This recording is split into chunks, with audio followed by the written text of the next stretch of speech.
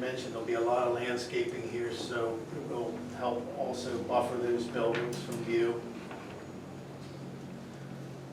This would be from the north side of the site there on Perkiomenville Road.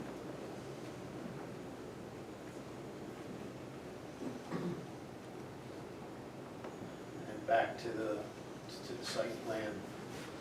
So as I mentioned, these buildings are designed to look like old farm buildings. The scale is important to keep correct.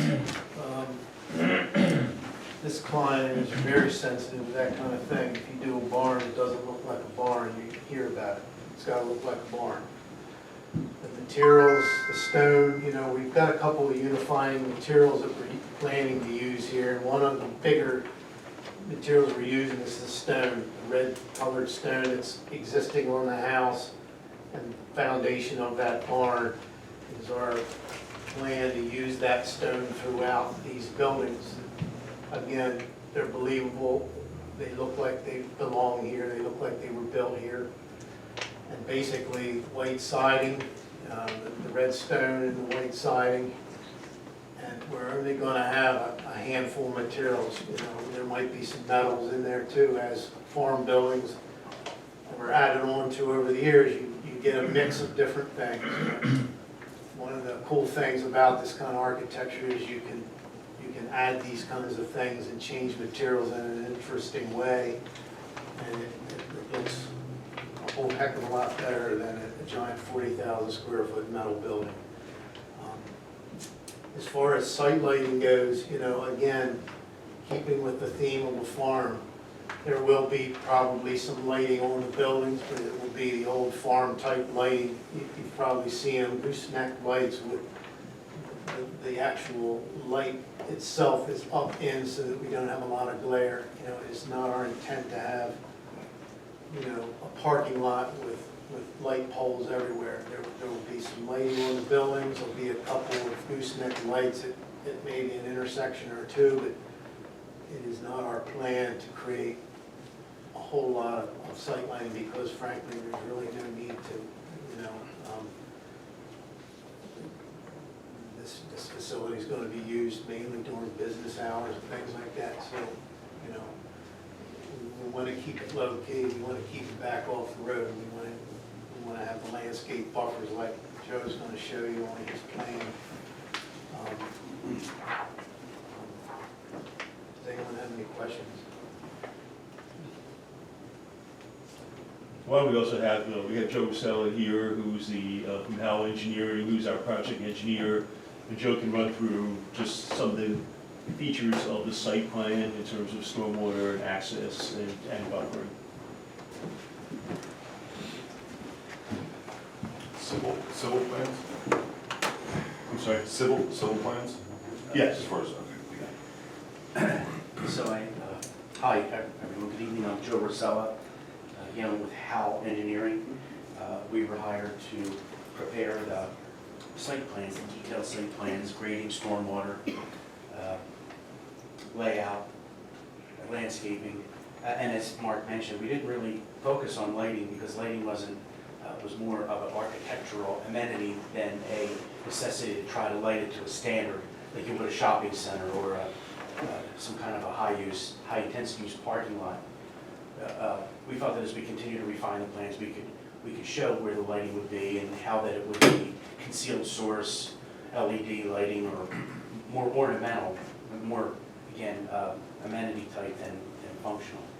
But what we did was we took the site plan that was used during the hearings with the zoning hearing board, and pretty much the layout was given to us because that was what was presented and that's what was approved by the board. We then took that plan and the buildings were already laid out, the circulation was already laid out, and then we took the site and we graded it. Now, you're familiar with the site. It's a relatively gentle site. There's very little slope. There's a drainage easement, a drainage swale that's along Perkiomenville Road, and primarily the runoff goes into that, and then it goes through a little pipe, and then goes down through the residential properties. the two residential properties. Part of what our focus is to comply with the ordinance, to comply with the stormwater. Obviously, we're taking what is now a farm field, we're gonna convert it. There's impervious associated with the paving, impervious associated with the roof. And we're gonna control that, manage it to a pre-development rate, meaning that we're going to reduce the runoff below what it is today, which is meadow, farmland. And we've identified that and detailed it on our plans. As a flat site, we just have some internal inlets, yard drains, and roof drains. Again, it's not really intended for high impact use. We just want to get the water, put it into the stormwater features that we have, which is really a very shallow basin that's on the corner and that wraps around, runs parallel to Perkiomenville Road and behind the L-shaped building. It's a shallow site.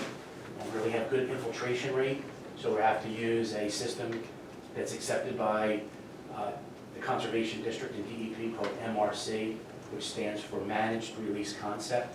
So we're emulating infiltration at the bottom of our bed where we can't get infiltration into the soil. We're using sand to slow and filter out any of the runoff and then discharge it at again, a less than pre-developed rate. It's a waiver that we're going to need because we don't have infiltration capabilities. But again, it's designed, it's accepted by the Conservation District and DEP, which will have to do an NPDES permit. That's on the stormwater. But we really did focus a lot on the landscaping. As you can see, our rendered plan really depicts the landscaping that's going to be there. Heavy buffer along Perkiomenville Road. That's where the residents are, and also heavy buffer along Big Road around the perimeter, again to create the buffering that's necessary for the buildings, but also balance the material so that when it grows and matures, it'll look like it's always been there. We wanted to note that Mark had mentioned too that the way that the buildings are laid out, there aren't any doors or anything or any exterior features, doors, windows that face the residents. Well, anything access is interior to the site.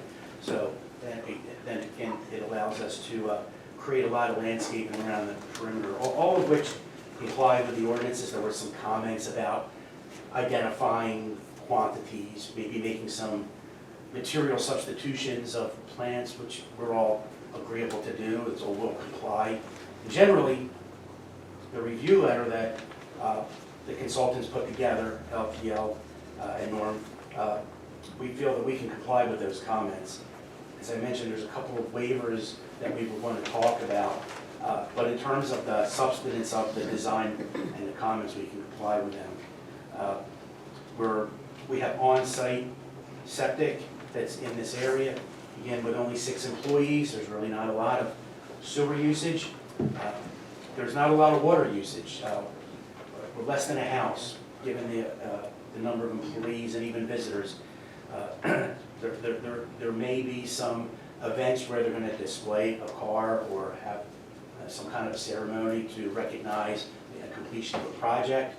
But even still, overall, it's very low impact use, very low use to the water table, to the wells that we'll have. Primarily domestic use, maybe a storage tank required for a building-related sprinkler system. But again, in terms of everyday usage, very low impact. So I know that we're here for 2 purposes. Right, for conditional use. Before you go further with some of the engineering stuff, I just wanted to also point out, we did have a hearing last year for the zoning hearing board.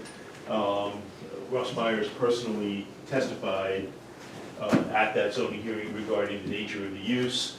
The neighbors were present, questions came up, and I just wanted to review some of those issues with you because I put them in the category of frequently asked questions. So, one of the things we made clear and Ross committed to is that there would only be 4 to 5 cars on this site in storage at any one time.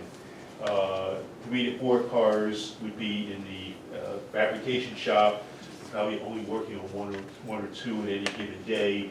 And as Joe alluded to earlier, there's only 5 or 6 employees on this site. And so that's what Ross testified in terms of his expectation of how this site would run, because again, it's not a body shop, it's simply a private restoration facility. The hours would be 7 to 5:30, 5 days a week. All storage would be indoors. You heard something about parts and cars. That's why these buildings are being designed to hold the cars and parts and not store them outside. And honestly, they're very valuable cars and very valuable parts. So Ross has no reason to want to store those outside and expose them to the element. All the buildings are going to be climate controlled. There's no noise or fumes because they're going to be all enclosed. Painting is, a question was asked about a paint booth, what have you. Painting will be limited only to parts. Whole cars will not be painted. Only something like a fender or a hood would be painted at any given time. And again, that's a fairly limited activity on this site. There are no floor drains, there are no acid baths, there's nothing environmental regarding this site, and of course, to the extent there is a paint booth, it would be OSHA compliant and required to comply with all regulations. The zoning, Ross testified, and the zoning hearing board made a condition that to the extent we have any events on here in terms of allowing visitors to see some of the cars, that is limited to 6 events per year. So all in all, our assurance to the zoning hearing board in testimony provided by Ross is that this is going to be a very low impact operation. So with that background and again, some of the details. As far as the paints and fluids and, what are the chances there could be any contamination of groundwater, that type of thing? Really done. Because again, there are no floor drains, it's not going to be, a lot of chemicals that are used on this site. And so that question was asked as well, and Ross also indicated in terms of the operation of this site, there's really not going to be any opportunity, because these are all in enclosed buildings that don't have floor drains, that there's not going to be any ability for any chemicals to spill onto the ground. As far as going back to the painting, will there be like an exhaust to it, or exhaust, rooftop exhaust fan, or how will that? I'm not sure if we Those will have a vent, like spray booths do, but there's fillers in those vents. And, it'll be a compliant spray booth. But used infrequently, like when you bring a car in and they have to do certain things and paint certain parts. I talked to the head mechanic yesterday and I asked him this specific question. He said, Mark, our booth now goes for 3 weeks without any use, and then we might have a day where we're spraying primer and we're spraying some parts. Where would the exhaust be coming out in relation to the neighbors? This is the body shop, and right now this would be the area. And again, this is as Ross explained, there are a limited number of cars here. This is not a typical body shop operation, and often these cars sit for months or even years until they can obtain the appropriate part. Because these are all rare cars, and it's not necessarily easy to obtain the part for the car. So it's not like there's a steady production of cars running through this site. You mentioned, well, we got review letters from Norm and from the county and from our planner. Norm's letter in particular, I think you made reference to already. There's quite a few things there where he points out some deficiencies.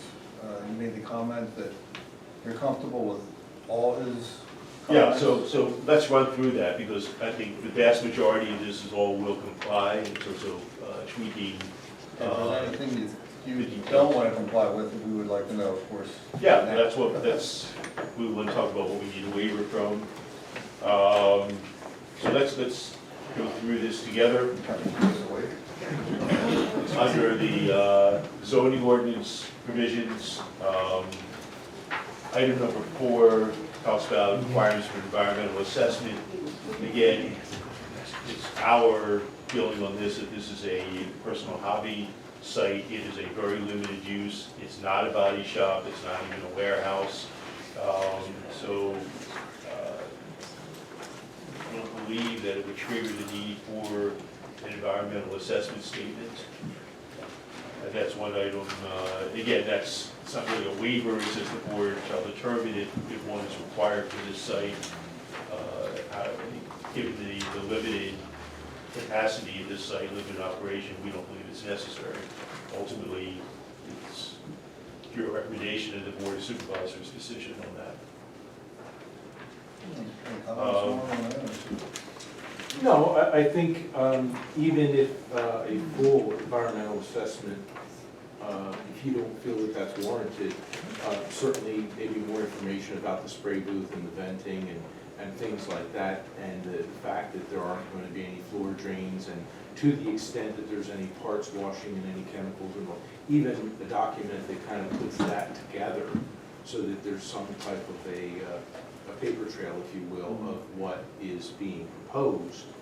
I mean, that doesn't seem unreasonable, you know, if, even, like I said, even if it's not a full-blown, because that kind of information they probably have, it's a matter of putting it together, because you're gonna need to get the. Getting it on the record.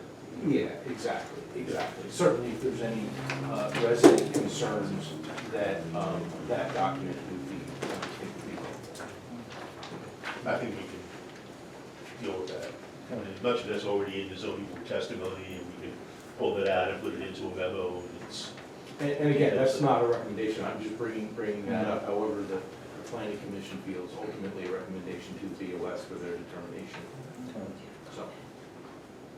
I think Ed had a comment. Ed, Yeah, your township trail plan calls out a trail along both road frontages. And there's also a requirement in your ordinances for sidewalks in the commercial district. So I think that a trail accommodation would satisfy both of those and also advance whatever plans you have for, I think it's the Cross County Trail. Yeah, I think the county has plans for a regional trail that would ultimately connect up to Green Lane Park Green from Lane, the school. The West County Trail. West County.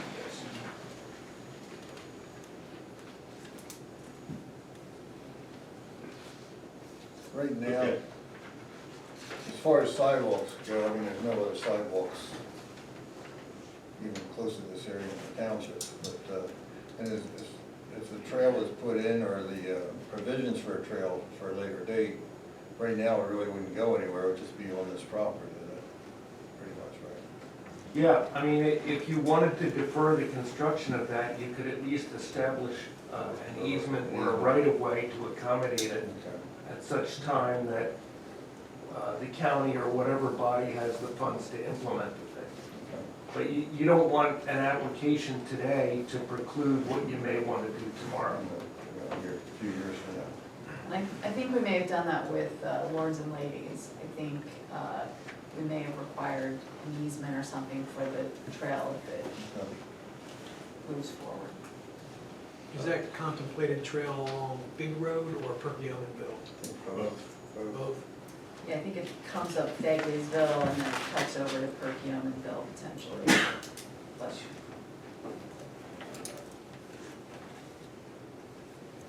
I think in a similar vein, we're kind of skipping ahead a little bit where we were, but similar vein, curbing was also called out, and that technically is a requirement as well. I don't think any area around here has curbing on it. Again, we're trying to maintain the rural character of the area, and so. And that would be, that was a good example of request a waiver for them. Right. Yeah. There's a comment about a traffic impact study, which actually we have done, so make sure that it's. Yeah, no, I may not have made So, it. going back to 3 real quick, Norm, you have a comment about no lighting design has been provided. Are you satisfied with your explanation? I am, to the extent that at least like an isometric view or a foot candle pattern, to the extent that it shows, I can understand exactly where they're coming from, trying to have a more rural kind of, thing going on there. I'd still like to see that information provided, and if it doesn't comply with the ordinance, I would say what they had suggested would be the basis for the waiver request. So you're on the traffic impact study, I'm sorry. I interrupted. So the traffic impact study has been done, right? Yes, that's Okay. correct. Just skipping down, Carl, what does the traffic impact study say? Does it call for any significant roadway improvements or? No, there's, because of the nature of the site, doesn't require any improvements to Big Road, any deceleration lane, any left turn lane. It's really it has to be a low volume driveway because it's a commercial use, but because of the minimum use nature of the driveway, it's low impact. Low trips, again, we'll make sure that that's circulated better, but the study didn't require any changes. And that certainly would make sense based on the employees. However, for documentation purposes, I think it would still be a good idea for the township to have that if there was something that happened in the future, we've got documentation that we can refer back to.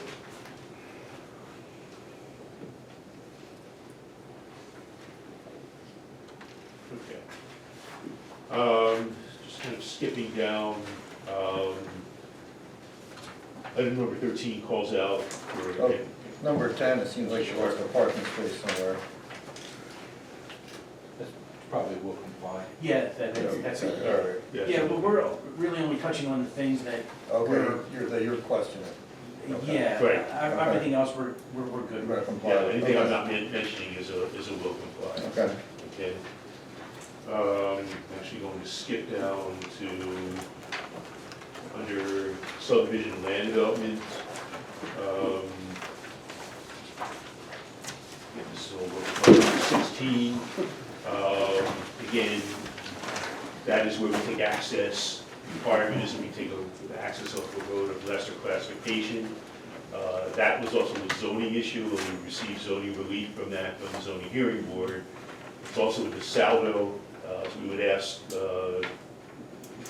planning commission as well as the board of supervisors to grant the same waiver in effect of the same variance that was already granted by the zoning hearing board. And that would be something that I would support just simply because it's a state road. More traffic on the state road they pay for, they take care of, it's not the township that takes care They're of. both state roads. Oh, I'm sorry. Win-win. Win-win.